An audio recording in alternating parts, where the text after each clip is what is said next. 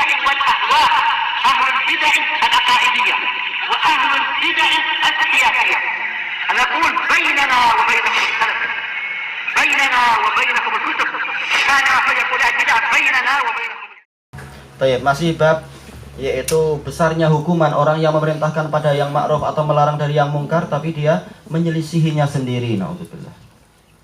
Baik, qala al-Imam An-Nawawi rahimahullah wa qala ta'ala ikhbaran an Syu'aib alaihi salam, menukilkan ucapan Nabi Syu'aib, wa ma uridu an ukhalifakum ila ma anhaakum anh, dan aku tidak menginginkan untuk menyelisihi kalian terhadap apa yang aku melarang kalian darinya, yaitu menunjukkan bahwasanya apa yang aku larang aku sendiri juga tidak melakukannya, apa yang aku perintahkan kepada kalian aku yang mengerjakannya juga konsekuen, karena ajaran agama ini bukan hanya untuk Nabi tapi juga untuk umatnya, bukan hanya untuk umat tapi nabinya juga mengerjakan.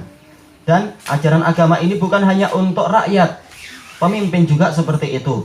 Bukan hanya untuk makmum, imam juga seperti itu. Bukan hanya untuk mad'u, da'inya juga harus mengerjakannya sesuai dengan apa yang Allah Ta'ala tetapkan itu. Maka bagus kata Nabi Syu'aib di sini, dan ini Allah Ta'ala abadikan ucapan beliau di dalam Al-Quran sebagai pelajaran bagi apa? Bagi umat ini. Aku tidaklah ingin untuk menyelisih kalian terhadap apa yang aku larang kalian darinya. Harus kita juga apa? Konsekuen.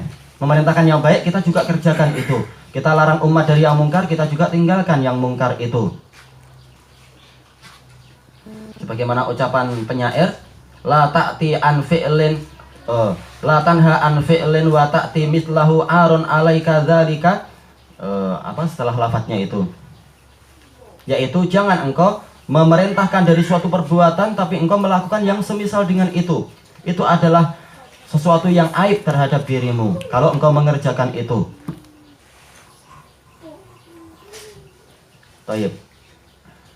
Dan ayat ini disebutkan oleh siapa? Oleh Ibnu Mas'ud radhiyallahu anhu, sebagaimana diriwayatkan, dan hadisnya adalah sahih, paling tidak adalah sahih li ghairih. Diriwayatkan oleh Imam Ibnu Abi Hatim dalam tafsir beliau dari Ibnu Mas'ud, yang mana ada seorang wanita datang kepada beliau. Wanita ini Ummu Ya'qub, mengatakan, wahai Aba Abdurrahman, saya mendengar Anda melarang yang namanya saya mendengar Anda mengatakan Allah Ta'ala melarang wasimat wal mustausimat wal wasilat wal mustausilat. Anda mengatakan bahwasanya Allah melarang wanita yang bertato dan yang minta ditato, dan wanita yang menyambung rambut, dan wanita yang minta agar rambutnya disambung, dan seterusnya. Sementara saya tidak mendapati sejak awal dari mushaf sampai akhir mushaf itu ada larangan tadi. Kata Ibnu Mas'ud radhiyallahu anhu, seandainya engkau membaca baik-baik Al-Quran, engkau dapati itu di dalam firman Allah Ta'ala, wa ma atakumur rasulu fakhuduhu wa ma nahakum anhu fantahu. Apapun yang didatangkan oleh Rasul, ambillah, dan apapun yang beliau melarang, maka tinggalkanlah. Sementara kata Ibnu Mas'ud, Rasulullah melarang itu. Melarang untuk apa? Untuk menyambung rambut dan minta disambungkan, atau bertato atau minta ditato. Dan sesungguhnya ini keadaannya seperti firman Allah. Kemudian apa? Sebelum beliau melanjutkan, kemudian Ummu Ya'qub mengatakan, tapi istrimu juga melakukan itu. Yaitu apa? Karena keumuman wanita banyak yang melakukan pelanggaran tadi. Kata Ibnu Mas'ud, coba lihat, betulkah istriku melakukan itu? Kemudian dia masuk menemui Zainab, melihat. Kemudian Ummu Ya'qub mengatakan, saya tidak mendapati istrimu melakukan itu. Kata Ibnu Mas'ud, maka ini seperti firman Allah Ta'ala tentang ucapan Nabi Syu'aib, wa ma uridu an ukhalifakum ila ma anhaakum an.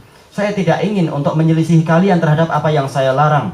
Yaitu saya larang kalian, saya juga tentunya keluarga saya tidak melakukan itu. Dan hadis ini asalnya muttafaqun alaih, tapi yang tadi adalah lafaz dari Ibnu Abi Hatim. Baik. Kemudian kita masuk ke hadis pertama dan terakhir untuk bab ini. An Abi Zaid Usamah bin Harithah. Ini salah, tapi Pak Usam punya anak. Usamah bin Zaid bin Harithah, Zaidnya kurang. Radhiyallahu anhu maqal, sami'tu Rasulullah sallallahu alaihi wasallam yaqul, yu'ta birrajuli yaumal qiyamah. Nanti akan didatangkan seseorang pada hari kiamat, fayulqa finnar, lalu dia dilemparkan ke dalam neraka. Fatandaliqu aqtabu batnih, maka usus di perutnya itu terburai keluar. Naudzubillah. Iya, jatuh dari jarak perjalanan 70 tahun, perjalanan jatuhnya suatu benda. Tentunya badannya hancur-hancur tapi nggak mati. Naudzubillah. Fayaduru biha, lalu dia akan berputar.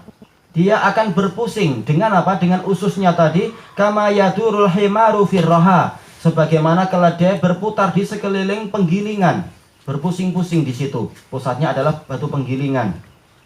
Fayajtami'u ilaihi ahlun nar, maka penduduk neraka mereka berkumpul mengelilingi dia. Fayaqulun, mengatakan, ya fulan, malak, wahai fulan, ada apa denganmu ini? Alam taku ta'muru bil ma'ruf wa tanha 'anil munkar, bukankah engkau itu dulu memerintahkan pada yang ma'ruf dan melarang dari yang mungkar? Fayaqul bala kuntu amuru bil ma'ruf bala atih, memang saya memerintahkan yang ma'ruf tapi saya tidak mengerjakannya. Wa anha 'anil munkar wa atih, saya melarang dari kemungkaran tapi saya justru mengerjakannya. Muttafaqun alaih. Kita lihat dari hadis ini, Rasulullah SAW menjelaskan kejadian di hari kiamat agar kita tidak termasuk dari golongan orang-orang yang merugi tadi. Di antaranya adalah disebutkan di sini, yaitu didatangkan seseorang pada hari kiamat, fayulqa finnar, dia akan dilemparkan ke dalam neraka. Ini menunjukkan bahwasanya balasan yang paling sempurna adalah di hari kiamat nanti. Di dunia berapa banyak orang yang mati dalam keadaan belum mendapatkan keadilan, tapi jangan khawatir, di hari kiamat itulah yang dikatakan la dzulmal yaum, pada hari ini tidak ada kezaliman. Orang yang baik akan mendapatkan kebaikan, orang yang jelek akan mendapatkan balasan yang setimpal. Maka orang ini dia dilemparkan ke dalam neraka, menunjukkan bahwasanya dia itu berbuat maksiat sampai dia berhak, sampai dia layak masuk ke dalam neraka. Padahal zahir dari kisah ini, orang ini adalah mukmin. Sementara orang mukmin satu kebaikannya itu sudah dilipatkan 10 sampai 100 sampai barangkali 700 atau sekian kali lipat. Tapi kenapa dia sampai dilemparkan ke dalam neraka? Menunjukkan kejelekannya lebih besar daripada kebaikannya. Ini menunjukkan manakala siyak hadis ini, alur hadis ini, polanya menunjukkan satu kesalahan saja, itu satu jenis kesalahan. Ini menunjukkan kesalahannya ini bukan dosa kecil, dia dosa besar sampai-sampai mengalahkan timbangan kebaikan dia yang sudah dibantu oleh Allah dengan dilipatkan itu. Naudzubillah, ini menunjukkan dia adalah dosa besar. Makanya Imam Nawawi menjadikan ini dalilnya menjadikan babnya adalah taghlid, yaitu dikeraskannya hukuman orang yang ini melakukan perbuatan ini. Tayyib fatandaliqu aqtabu batnih, maka ususnya itu sampai terburai. Kenapa? Karena betapa dahsyatnya, yaitu keadaan bagaimana dia jatuh semula dari bibir neraka sampai ke dasar neraka itu, sampai ke lapisan yang dia ada di situ. Kemudian apa? Dia bangkit lagi karena memang dia nggak mati. Dia masih terus apa? Masih terus mengalami siksaan sampai Allah menghendaki untuk untuk dimaafkan. Di antara siksaannya setelah itu, walaupun sakit-sakit, walaupun pedih, walaupun sudah luka, dibakar lagi. Ini sangat menyakitkan tentunya. Kalau kita luka dan kena nasi yang panas saja kita kesakitan, apalagi ini lukanya kena api lagi, api neraka. Tentunya ini menyakitkan, tapi nggak mati juga. Bahkan dia masih harus melakukan siksaan yang berikutnya. Fayaduru biha kama yadurul himar firroha. Dia berkeliling dengan membawa ususnya itu sebagaimana berpusingnya keledai di dalam penggilingan untuk menggiling biji-bijian itu. Ini untuk zaman dulu. Oh, di Yaman masih ada semacam ini. Kadang pakai keledai, kadang pakai unta. Taib, ini menunjukkan betapa penatnya kehidupan orang di dalam neraka itu. Sudah sakit, sudah luka, itu pun nggak mati, itu pun masih harus terus bekerja. Amilatun nasibah, bekerja dengan penatnya. Naudzubillah. Taib, fayajtami'u ilaihi ahlun nar, maka penduduk neraka berkumpul mendatangi dia. Ini menunjukkan apa? Betapa besarnya sya'an orang ini, betapa besarnya urusan orang ini. Padahal penduduk neraka mereka memiliki kesibukan sendiri. Mereka sendiri disiksa, mereka sendiri kesakitan, mereka sendiri di dalam keputusasaan barangkali. Siksaan yang tidak habis-habis untuk apa? Untuk masa itu sampai Allah kehendaki untuk yang mukminnya dapat syafaat. Tetapi apa? Selama masih di dalam neraka, secara umum di dalam neraka dan hidup, berarti dia masih dalam posisi disiksa. Dalam keadaan disiksa masih sempat tanya pada orang ini, menunjukkan apa? Ini perkaranya besar. Ini orang yang kami kenal. Bagaimana dia juga di sini? Makanya seakan-akan mereka itu lupa dengan siksaan mereka karena anehnya keadaan orang ini. Ini menunjukkan betapa siksaan orang ini tidak sama dengan apa siksaan orang-orang lain. Kalau siksaannya sama, mereka akan memandang ya sudah. Tapi manakala siksaannya ini lain, kenapa orang ini juga disiksa, bahkan siksaannya tidak seperti siksaan yang kami dapatkan, maka timbul keheranan. Kalau ada keheranan, maka akan timbul pertanyaan. Maka mereka berkumpul, bukan hanya 1-2 orang, tapi ahlun nar berkumpul mendatangi dia, menanyakan ini. Ini di sini semua adalah isyarat betapa kerasnya urusan orang ini. Wallahul musta'an. Maka mereka bertanya, ya fulan, menunjukkan apa? Mereka kenal orang ini. Ta'rifuhum bisimahum. Oh, itu kalau yang di dalam apa itu? Untuk orang-orang yang miskin di dunia. Tapi apa? Yu'raful mujrimuna bisimahum. Orang-orang yang jahat di hari kiamat nanti, mereka di dalam neraka itu mereka dikenal dengan alamatnya. Kalau dilihat dari semata-mata wajahnya sudah rusak. Mereka adalah di dalam neraka itu kalihun, mereka disiksa dan mereka itu cacat. Tetapi apa? Dikenal bisimahum, dengan alamat. Menunjukkan badan mereka sudah rusak, wajah mereka sudah kacau balau, tetapi masih ada alamat yang menyebabkan orang kenal. Ini si fulan, dan seterusnya. Baik. Maka mereka tanya, fulan, malak, ada apa denganmu ini? Alam taku ta'muru bil ma'ruf wa tanha 'anil munkar? Bukankah engkau dulu memerintahkan pada yang ma'ruf dan melarang dari yang mungkar? Alam taku aslinya adalah apa? Alam takun. Nonnya semula disukun karena apa? Majzum dengan lam. Tapi nonnya dihapus, boleh. Apa syarat penghapusannya itu ya? Ada 2 syarat.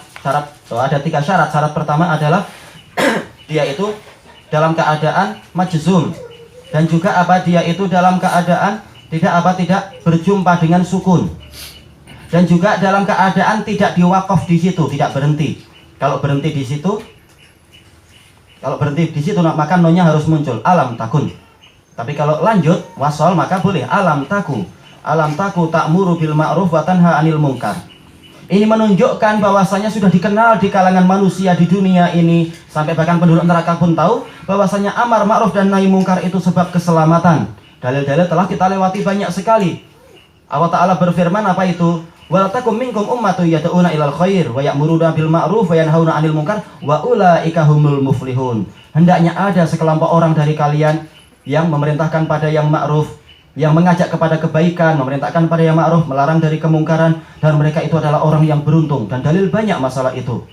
Maka mereka heran, orang ini sudah ma'ruf, dia adalah dai, mengajak pada yang ma'ruf, melarang dari yang mungkar. Kenapa di sini juga bersama kita? Maka dia mengatakan, bala, memang seperti itu. Kuntu amuru bil ma'ruf, saya memerintahkan pada yang ma'ruf, tapi wala atih, saya sendiri tidak mengerjakannya. Na'udzubillah. Jadi masalahnya bukan apa? Berlezat-lezat dan bermegah-megah sebagai seorang dai, tapi apa? Konsekuensinya itu berat. Apakah kita memerintahkan yang ma'ruf dan kita sendiri mengerjakannya, ataukah kita justru lupa pada diri kita sendiri? Wa tanha 'anil munkar wa anha 'anil munkar wa atih, saya melarang dari kemungkaran, saya juga mendatanginya. Ini semua adalah apa? Menunjukkan bahayanya orang yang tidak konsekuensi di dalam menjalankan ucapan dia sendiri.